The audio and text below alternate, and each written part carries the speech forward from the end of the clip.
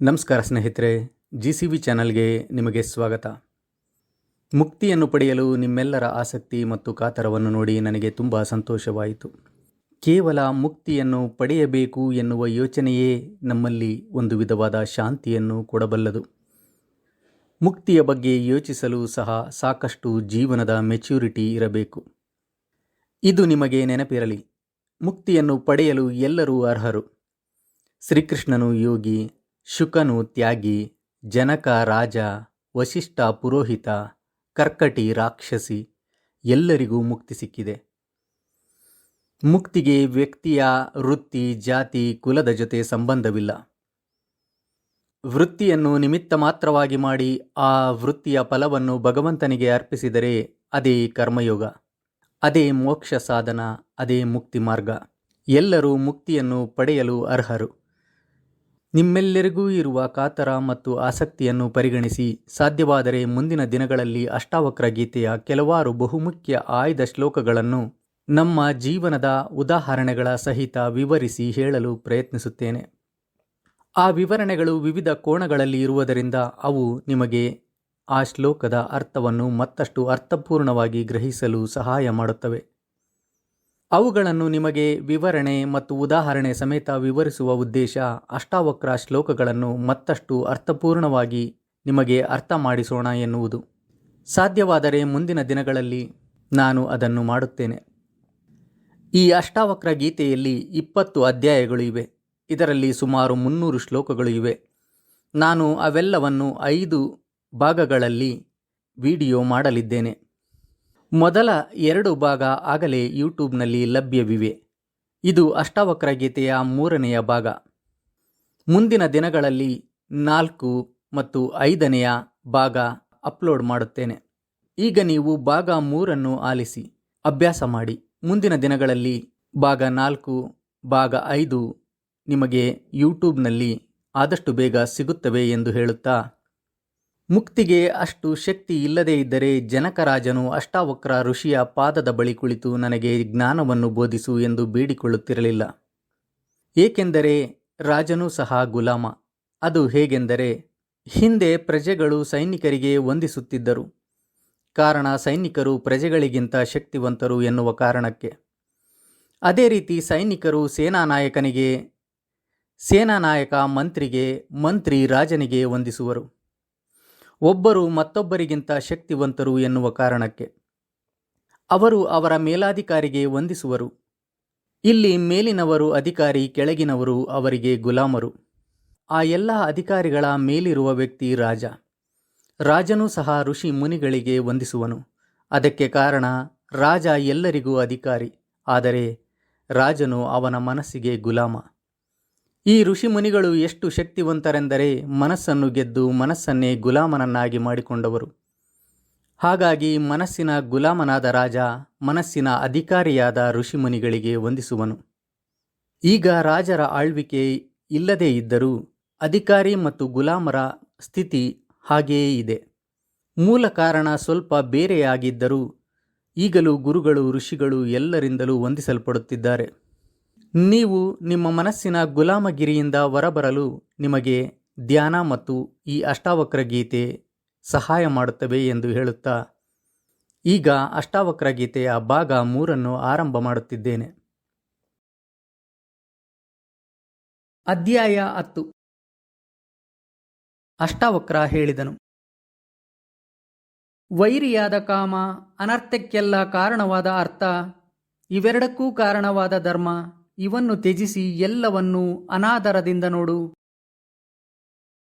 ಮಿತ್ರ, ಕ್ಷೇತ್ರ, ದನ, ಮನೆ, ಸತಿ ಮುಂತಾದವರನ್ನು 3 ದಿನವೋ 5 ದಿನವೋ ಇರುವ ಸ್ವಪ್ನ ಅಥವಾ ಇಂದ್ರಜಾಲವೆಂದು ಭಾವಿಸು.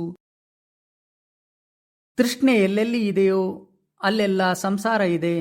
ಪ್ರೌಢ ವೈರಾಗ್ಯವನ್ನು ಆಶ್ರಯಿಸಿ ತೃಷ್ಣೆಯಿಂದ ಪಾರಾಗಿ ಸುಖಿಯಾಗು. ತೃಷ್ಣೆಯೇ ಬಂಧನ, ಅದರ ನಾಶವೇ ಮೋಕ್ಷ. ಪ್ರಪಂಚದ ಮೇಲೆ ಅನಾಸಕ್ತಿಯಿಂದಲೇ, ಆತ್ಮ ಸಾಕ್ಷಾತ್ಕಾರದಿಂದಲೇ ನಿರಂತರ ಶಾಂತಿ.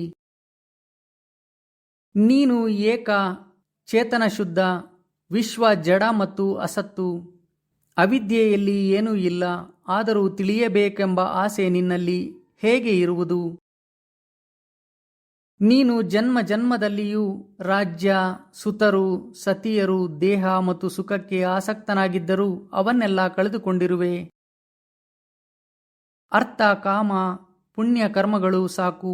ಇದರಿಂದ ಸಂಸಾರ ಕಾಂತಾರದಲ್ಲಿ ವಿಶ್ರಾಂತಿ ದೊರಕಲಿಲ್ಲ. ನೀನು ಎಷ್ಟು ಜನ್ಮಗಳಿಂದ ದೇಹ ಮತ್ತು ಮನಸ್ಸುಗಳಿಂದ ಕಷ್ಟಪಟ್ಟು ದುಃಖಕರವಾದ ಕರ್ಮಗಳನ್ನು ಮಾಡಿಲ್ಲ. ಆದ ಕಾರಣ ಇಂದಿಗಾದರೂ ನಿಲ್ಲಿಸು. ಅಧ್ಯಾಯ 11. ಭಾವ ಅಭಾವ ವಿಕಾರಗಳು ವಸ್ತುಗಳ ಸ್ವಭಾವ ಎಂದು ಅರಿತವನು ನಿರ್ವಿಕಾರನಾಗಿ ಕ್ಲೇಶದಿಂದ ಪಾರಾಗಿ ಸುಖವನ್ನು ಪಡೆಯುವನು. ಈಶ್ವರನೇ ಎಲ್ಲವನ್ನೂ ನಿರ್ಮಿಸಿದವನು. ಅವನಲ್ಲದೆ ಬೇರೇನೂ ಇಲ್ಲಿ ಇಲ್ಲ ಎಂದು ಅರಿತವನು ತನ್ನ ಆಸೆಯನ್ನೆಲ್ಲ ಕಳೆದುಕೊಂಡು ಶಾಂತಿ ಪಡೆಯುವನು.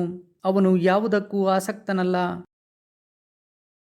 ಅದೃಷ್ಟವಶದಿಂದ ಆಪದ ಸಂಪದ ಒಂದಾದ ಮೇಲೊಂದರಂತೆ ಬರುವುದು. ಯಾರು ಇಂದ್ರಿಯಗಳನ್ನು ನಿಗ್ರಹಿಸಿರುವನೋ ಅವನು ಯಾವಾಗಲೂ ತೃಪ್ತನು.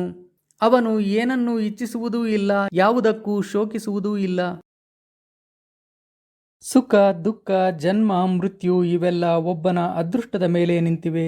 ತನ್ನ ಬಯಕೆಗಳನ್ನೆಲ್ಲ ಈಡೇರಿಸಿಕೊಳ್ಳಲಾಗುವುದಿಲ್ಲ ಎಂದರಿತು ಯಾವುದಕ್ಕೂ ಪ್ರಯತ್ನಿಸುವುದೂ ಇಲ್ಲ. ಕೆಲಸ ಮಾಡುತ್ತಿದ್ದರೂ ಅನಾಸಕ್ತನಾಗಿರುವನು.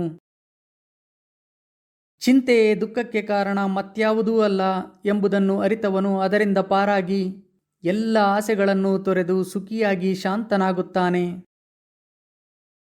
ನಾನು ದೇಹವಲ್ಲ, ದೇಹವು ನನ್ನದಲ್ಲ, ನಾನು ಬೋಧ ಮಾತ್ರ. ಯಾರು ಇದನ್ನು ಅರಿತಿರುವನೋ ಅವನಿಗೆ ಕೈವಲ್ಯ ಪ್ರಾಪ್ತವಾದಂತೆ. ಅವನು ಮಾಡಿದುದನ್ನು ಮತ್ತು ಮಾಡದುದನ್ನು ಮರೆಯುವನು. ಅಬ್ರಹ್ಮಸ್ತಂಭ ಪರ್ಯಂತವೂ ನಾನೇ ಆಗಿರುವುದು ಎಂಬುದನ್ನು ನಿಜವಾಗಿ ಅರಿತವನು ನಿರ್ವಿಕಲ್ಪನಾಗಿ, ಶುಚಿಯಾಗಿ, ಶಾಂತನಾಗಿ ಪ್ರಾಪ್ತ ಅಪ್ರಾಪ್ತ ವಿಷಯಗಳಲ್ಲಿ ಅನಾಸಕ್ತನಾಗುವನು. ನಾನಾ ಬಗೆಯ ವಸ್ತುಗಳಿಂದ ಕೂಡಿರುವ ಈ ಪ್ರಪಂಚದಲ್ಲಿ ಏನೂ ಇಲ್ಲ ಎಂದು ಅರಿತವನು ವಾಸನಾರಹಿತನಾಗಿ ಚಿತ್ಸ್ವರೂಪನಾಗಿ ಏನೂ ಇಲ್ಲದಂತೆ ಶಾಂತಿಯನ್ನು ಪಡೆಯುವನು. ಅಧ್ಯಾಯ 12. ಜನಕ ಹೇಳಿದನು, ಮೊದಲು ಕಾಯ ಕೃತ್ಯಗಳನ್ನು ಸಹಿಸುವುದಕ್ಕೆ ಆಗುವುದಿಲ್ಲ. ಅನಂತರ ವಿಸ್ತಾರವಾದ ಮಾತನ್ನು ಸಹಿಸಲು ಅಸದಳವಾಗುವುದು. ಅನಂತರ ಆಲೋಚನೆಯನ್ನು ಸಹಿಸಲಾರೆನು. ನಾನು ನಿಜವಾಗಿ ಇಂತಹ ಸ್ಥಿತಿಯಲ್ಲಿ ಇರುವೆನು. ಶಬ್ದ ಮುಂತಾದವುಗಳ ಮೇಲೆ ನನಗೆ ಆಸಕ್ತಿಯಿಲ್ಲ. ಅದೃಶ್ಯನಾಗಿರುವ ಆತ್ಮನ ಮೇಲೆಯೂ ಆಸಕ್ತಿಯಿಲ್ಲ. ವಿಕ್ಷೇಪದಿಂದ ಪಾರಾಗಿ ಏಕಾಗ್ರ ಹೃದಯನಾಗಿ ನಾನು ನನ್ನ ಸ್ಥಿತಿಯಲ್ಲಿರುವೆನು. ಅಭ್ಯಾಸದಿಂದ ಮನಸ್ಸು ವಿಕ್ಷಿಪ್ತವಾದಾಗ ಅದನ್ನು ಏಕಾಗ್ರಗೊಳಿಸಲು ಪ್ರಯತ್ನಿಸುವುದು. ಈ ನಿಯಮವನ್ನು ಅರಿತು ನಾನು ನನ್ನ ಸ್ಥಿತಿಯಲ್ಲಿರುವೆನು. ಸ್ವೀಕಾರ ತಿರಸ್ಕಾರ ಭಾವನೆಗಳಿಂದ ಪಾರಾಗಿ ಹರ್ಷ ವಿಷಾದಗಳಿಲ್ಲದೆ ಹೇ ಬ್ರಹ್ಮನ್, ನಾನು ನನ್ನ ಸ್ಥಿತಿಯಲ್ಲಿರುವೆನು. ಆಶ್ರಮ, ಅನಾಶ್ರಮ, ಧ್ಯಾನ ಮತ್ತು ತ್ಯಾಗ ಭಾವಗಳು ಮನಸ್ಸಿನಲ್ಲಿ ವಿಕಲ್ಪಗಳನ್ನು ಉಂಟು ಮಾಡುವುದರಿಂದ ನಾನು ನನ್ನ ಸ್ಥಿತಿಯಲ್ಲಿ ನೆಲೆಸಿರುವೆನು. ಕರ್ಮವನ್ನು ಮಾಡುವುದು ಎಷ್ಟು ಅಜ್ಞಾನವೋ ಅದನ್ನು ತ್ಯಜಿಸುವುದು ಅಷ್ಟೇ ಅಜ್ಞಾನ. ಈ ಸತ್ಯವನ್ನು ಚೆನ್ನಾಗಿ ಅರಿತು ನಾನು ನನ್ನ ಸ್ಥಿತಿಯಲ್ಲಿ ಇರುವೆನು. ಅಚಿಂತ್ಯವನ್ನು ಚಿಂತಿಸಲು ತೊಡಗಿದರೆ ಅದು ಒಂದು ಚಿಂತಾರೂಪವೇ ಆಗುವುದು. ಆ ಭಾವನೆಯನ್ನು ತೊರೆದು ನಾನು ನನ್ನ ಸ್ಥಿತಿಯಲ್ಲಿ ನೆಲೆಸಿರುವೆನು. ಯಾರು ಇದನ್ನು ಪಡೆದಿರುವರೋ ಅವರೇ ಕೃತಾರ್ಥರು. ಯಾರು ಸ್ವಭಾವತಃ ಹೀಗಿರುವರೋ ಅವರೇ ಕೃತಾರ್ಥರು. ಅಧ್ಯಾಯ 13. ಜನಕ ಹೇಳಿದನು, ಏನೂ ಇಲ್ಲದವನ ಸ್ವಭಾವ ಕೇವಲ ಒಂದು ಕೌಪೀನವನ್ನೇ ಧರಿಸಿದ್ದರೂ ದುರ್ಲಭ. ಆದ ಕಾರಣ ನಾನು ಸ್ವೀಕಾರ ಮತ್ತು ದಾನ ಎರಡನ್ನೂ ತ್ಯಜಿಸಿ ಸುಖವಾಗಿರುವೆನು. ದೇಹಕ್ಕೆ ಸಂಬಂಧಪಟ್ಟ ಖೇದ ಎಲ್ಲಿಯಾದರೂ ಇರುವುದು, ಮಾತಿಗೆ ಸಂಬಂಧಪಟ್ಟ ಖೇದ ಎಲ್ಲಿಯಾದರೂ ಇರುವುದು, ಇಲ್ಲವೇ ಮನಸ್ಸಿಗೆ ಸಂಬಂಧಪಟ್ಟ ಖೇದ ಎಲ್ಲಿಯಾದರೂ ಇರುವುದು. ನಾನು ಇವನ್ನೆಲ್ಲ ತ್ಯಜಿಸಿ ಪರಮ ಪುರುಷಾರ್ಥದಲ್ಲಿ ಸುಖವಾಗಿರುವೆನು. ನಿಜವಾಗಿ ಆತ್ಮ ಏನನ್ನೂ ಮಾಡುವುದಿಲ್ಲ ಎಂಬುದನ್ನು ತತ್ವತಃ ಅರಿತು ಯಾವ ಕೆಲಸ ಬರುವುದೋ ಅದನ್ನು ಮಾಡಿ ನಾನು ಸುಖವಾಗಿರುವೆನು. ದೇಹಾಸಕ್ತರಾದ ಯೋಗಿಗಳು ಕರ್ಮ ಅಥವಾ ನಿಷ್ಕರ್ಮವನ್ನು ವಿಧಿಸುವರು. ನನಗೆ ದೇಹದ ಮೇಲೆ ಆಸಕ್ತಿ ಅಥವಾ ನಿರಾಸಕ್ತಿ ಇಲ್ಲದಿರುವುದರಿಂದ ನಾನು ಸುಖವಾಗಿರುವೆನು. ನಾನು ಕುಳಿತಿರಲಿ, ಸಂಚರಿಸುತ್ತಿರಲಿ, ನಿದ್ರಿಸುತ್ತಿರಲಿ, ಅದರಿಂದ ಯಾವ ಒಳ್ಳೆಯದೂ ಇಲ್ಲ, ಕೆಟ್ಟದ್ದೂ ಇಲ್ಲ. ಆದ ಕಾರಣವೇ ನಾನು ಕುಳಿತಿರಲಿ, ಸಂಚರಿಸುತ್ತಿರಲಿ, ನಿದ್ರಿಸುತ್ತಿರಲಿ ಸುಖಿಯಾಗಿರುವೆನು. ನಿದ್ರಿಸುವುದರಿಂದ ನನಗೆ ಯಾವ ನಷ್ಟವೂ ಇಲ್ಲ, ಪ್ರಯತ್ನ ಪಡುವುದರಿಂದ ಯಾವ ಲಾಭವೂ ಇಲ್ಲ. ನಾಶ ಉಲ್ಲಾಸಗಳ ಭಾವವನ್ನು ತ್ಯಜಿಸಿ ನಾನು ಸುಖವಾಗಿರುವೆನು. ಸುಖಾದಿ ರೂಪಗಳು ಪದೇ ಪದೇ ಬದಲಾಗುತ್ತಿರುವುದನ್ನು ನೋಡಿ ಶುಭ ಅಶುಭಗಳನ್ನು ತ್ಯಜಿಸಿ ನಾನು ಸುಖವಾಗಿರುವೆನು. ಅಧ್ಯಾಯ 14. ಜನಕ ಹೇಳಿದನು, ಪ್ರಾಪಂಚಿಕ ಬಯಕೆಗಳಿಂದ ಪಾರಾದ ಮನಸ್ಸುಳ್ಳವನು ಪ್ರಮಾದವಶನಾಗಿ ಯೋಚಿಸುವಂತೆ ತೋರುವನು. ನಿದ್ರಿಸುತ್ತಿದ್ದರೂ ಜಾಗೃತನಂತೆ ತೋರುವನು. ಅವನ ಸಂಸಾರ ನಿಜವಾಗಿ ಕ್ಷೀಣವಾಗಿದೆ. ನನ್ನ ಆಸೆಗಳು ಮಾಯವಾಗಿ ಹೋದ ಮೇಲೆ ಧನವೆಲ್ಲಿ, ಮಿತ್ರರೆಲ್ಲಿ, ವಿಷಯ ರೂಪೀನ ಕಳ್ಳರೆಲ್ಲಿ? ಆಗ ಶಾಸ್ತ್ರವೆಲ್ಲಿರುವುದು, ವಿಜ್ಞಾನವೆಲ್ಲಿರುವುದು?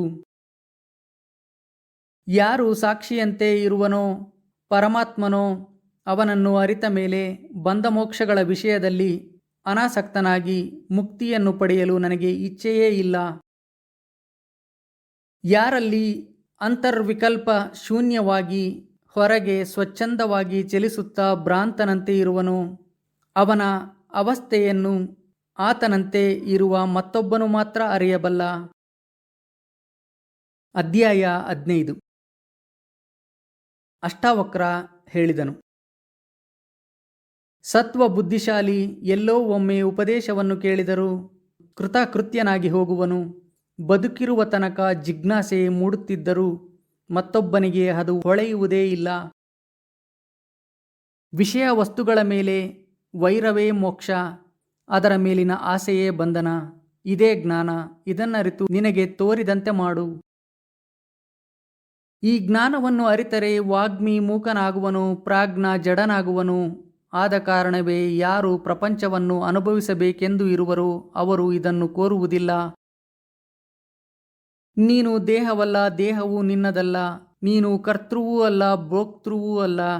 ಚಿದ್ರೂಪಿ ನೀನು, ಸದಾ ಸಾಕ್ಷಿ, ನಿರಪೇಕ್ಷನು. ಈಗ ಸುಖವಾಗಿರು. ರಾಗ ದ್ವೇಷ ಮನೋಧರ್ಮಕ್ಕೆ ಸೇರಿದ್ದು. ಮನಸ್ಸು ಎಂದಿಗೂ ನಿನ್ನದಲ್ಲ. ನೀನು ನಿರ್ವಿಕಲ್ಪ, ಬೋಧಾತ್ಮ, ನಿರ್ವಿಕಾರ, ಸುಖವಾಗಿರು. ಸರ್ವಭೂತಗಳಲ್ಲಿಯೂ ಆತ್ಮನಿರುವನೆಂದು ಅರಿತು, ಸರ್ವಭೂತಗಳು ಆತ್ಮನಲ್ಲಿರುವವೆಂದು ಅರಿತು, ನಿರಹಂಕಾರನಾಗಿ ನಿರ್ಮಮನಾಗಿ ಸುಖಿಯಾಗಿರು. ಹೇ ಚಿನ್ಮೂರ್ತಿಯೇ, ನಿನ್ನಲ್ಲಿಯೇ ವಿಶ್ವಸಾಗರದಲ್ಲಿ ಅಲೆಗಳೇಳುವಂತೆ ಏಳುವುದು. ನೀನು ವಿಜ್ವರನಾಗು. ಮಗು, ಶ್ರದ್ಧೆ ಇರಲಿ, ಪುನಃ ಮೋಹಕ್ಕೆ ಬೀಳದಿರು. ನೀನೇ ಜ್ಞಾನಸ್ವರೂಪ ಭಗವಾನ್. ಆತ್ಮ ಪ್ರಕೃತಿಗಿಂತ ಬೇರೆ. ಗುಣದೊಂದಿಗೆ ಬದ್ಧವಾದ ದೇಹ ಬರುವುದು, ಇರುವುದು, ಹೋಗುವುದು. ಆತ್ಮ ಬರುವುದೂ ಇಲ್ಲ, ಹೋಗುವುದೂ ಇಲ್ಲ. ಅದಕ್ಕೇಕೆ ಶೋಕಿಸುವುದು? ಕಲ್ಪಾಂತರಗಳವರೆಗೆ ದೇಹ ಇರಲಿ ಅಥವಾ ಹಿಂದೆ ಹೋಗಲಿ, ಇದರಿಂದ ಚಿನ್ಮಾತ್ರ ರೂಪಿಯಾಗಿರುವ ನಿನಗೆ ಬರುವುದೇನು, ಹೋಗುವುದೇನು? ನಿನ್ನ ಅನಂತ ಮಹಾಂಬುದಿಯಲ್ಲಿ ವಿಶ್ವವೆಂಬ ಅಲೆ ಸ್ವಾಭಾವಿಕವಾಗಿ ಎದ್ದು ಬೀಳಲಿ. ಇದರಿಂದ ನಿನಗೆ ವೃದ್ಧಿಯೂ ಇಲ್ಲ, ಕ್ಷಯವೂ ಇಲ್ಲ. ಮಗು, ನೀನು ನಿಜವಾಗಿಯೂ ಚಿನ್ಮಾತ್ರ. ಈ ಪ್ರಪಂಚ ನಿನ್ನಿಂದ ಬೇರೆ ಇಲ್ಲ. ಆದ ಕಾರಣ ಸ್ವೀಕರಿಸುವವರಾರು, ತಿರಸ್ಕರಿಸುವವರಾರು? ಅದನ್ನು ಹೇಗೆ, ಎಲ್ಲಿ ತಾನೇ ಮಾಡುವುದು? ಅವ್ಯಯವಾಗಿ, ಶಾಂತನಾಗಿ, ಶುದ್ಧನಾಗಿ, ಚಿದಾಕಾಶದಂತೆ ಇರುವ ನಿನ್ನಲ್ಲಿ ಜನ್ಮವೆಲ್ಲಿ, ಕರ್ಮವೆಲ್ಲಿ, ಅಹಂಕಾರವೆಲ್ಲಿರುವುದು? ಎಲ್ಲಿ ನೋಡಿದರೂ ನೀನೊಬ್ಬನೇ ಇರುವೆ. ಚಿನ್ನದಿಂದ ಮಾಡಿದ ಕಟಕಾಂಗದ ನೂಪುರಗಳು ಚಿನ್ನದಿಂದ ಬೇರೆ ಇದೆಯೇ? ನಾನು ಇದು, ನಾನು ಅದಲ್ಲ ಎಂಬುದನ್ನು ಸಂಪೂರ್ಣವಾಗಿ ತ್ಯಜಿಸು. ಎಲ್ಲ ಆತ್ಮಮಯ ಎಂದು ಆಸೆಯಿಂದ ಪಾರಾಗಿ ಸುಖಿಯಾಗು. ನಿನ್ನ ಅಜ್ಞಾನದಿಂದ ವಿಶ್ವ ಇದೆ. ನಿಜವಾಗಿ ನೀನೊಬ್ಬನೇ ಇರುವುದು. ನೀನಲ್ಲದೆ ಬೇರೆ ಸಂಸಾರಿಯಾಗಲಿ ಈಶ್ವರನಾಗಲಿ ಯಾವುದೂ ಇಲ್ಲ. ಈ ವಿಶ್ವ ಭ್ರಾಂತಿ ಮಾತ್ರ, ಮತ್ತೇನೂ ಅಲ್ಲ ಎಂದು ಅರಿತವನು ವಾಸನಾರಹಿತನಾಗಿ ತಾನು ಕೇವಲ ಚಿನ್ಮಾತ್ರ ಎಂದರಿತು ಶಾಂತಿಯನ್ನು ಹೊಂದುವನು. ಭವಾಂಬೋಧಿಯಲ್ಲಿ ಒಬ್ಬನೇ ಇದ್ದನು, ಈಗ ಇರುವನು, ಮುಂದೆಯೂ ಇರುವನು. ನಿನಗೆ ಬಂಧನವೂ ಇಲ್ಲ, ಮೋಕ್ಷವೂ ಇಲ್ಲ. ಕೃತಕೃತ್ಯನಾಗಿ ಸುಖವಾಗಿರು. ಹೇ ಚಿನ್ಮಯನೇ, ಸಂಕಲ್ಪ ವಿಕಲ್ಪಗಳಿಂದ ನಿನ್ನ ಮನಸ್ಸು ಕ್ಷೋಭೆಗೆ ಒಳಗು ಮಾಡಬೇಡ. ಶಾಂತನಾಗಿ ಆನಂದ ವಿಗ್ರಹದಂತೆ ಇರುವ ನಿನ್ನಲ್ಲಿ ಸುಖವಾಗಿರು. ಯಾವುದನ್ನೋ ಕುರಿತು ಧ್ಯಾನಿಸುವುದನ್ನು ತ್ಯಜಿಸು. ಯಾವುದನ್ನೂ ನಿನ್ನ ಹೃದಯದಲ್ಲಿ ಬಚ್ಚಿಡಬೇಡ. ನೀನು ಆತ್ಮ, ಆದ ಕಾರಣ ಮುಕ್ತ. ನೀನು ಮತ್ತೇನನ್ನು ಕುರಿತು ಆಲೋಚಿಸುತ್ತಿರುವೆ? ಅಧ್ಯಾಯ 16. ಅಷ್ಟಾವಕ್ರ ಹೇಳಿದನು,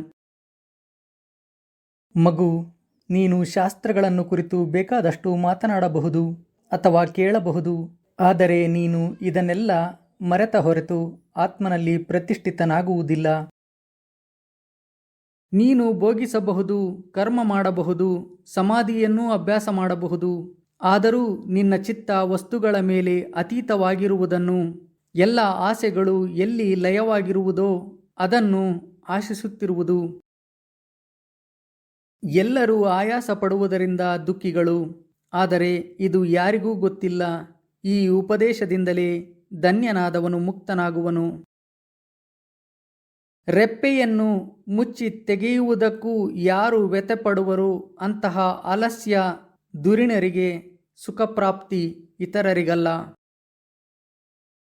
ಇದನ್ನು ಮಾಡಿದೆ, ಅದನ್ನು ಮಾಡಿಲ್ಲ ಎಂಬ ದ್ವಂದ್ವದಿಂದ ಯಾರು ಮುಕ್ತವಾಗಿರುವರೋ ಅವರು ಧರ್ಮ, ಅರ್ಥ, ಕಾಮ, ಮೋಕ್ಷವನ್ನು ನಿರಪೇಕ್ಷದಿಂದ ನೋಡುವರು.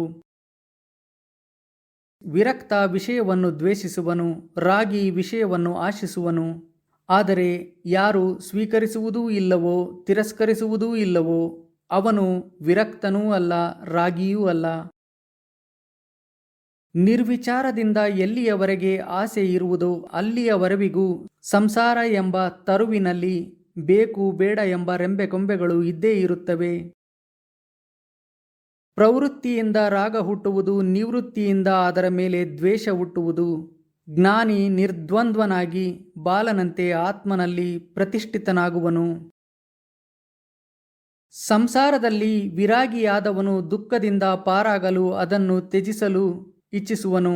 ಯಾರು ವೀತರಾಗನಾಗಿರುವನೋ ಅವನಿಗೆ ದುಃಖವಿಲ್ಲ, ಅವನು ಸಂಸಾರದಲ್ಲಿದ್ದರೂ ದುಃಖಿಸುವುದಿಲ್ಲ.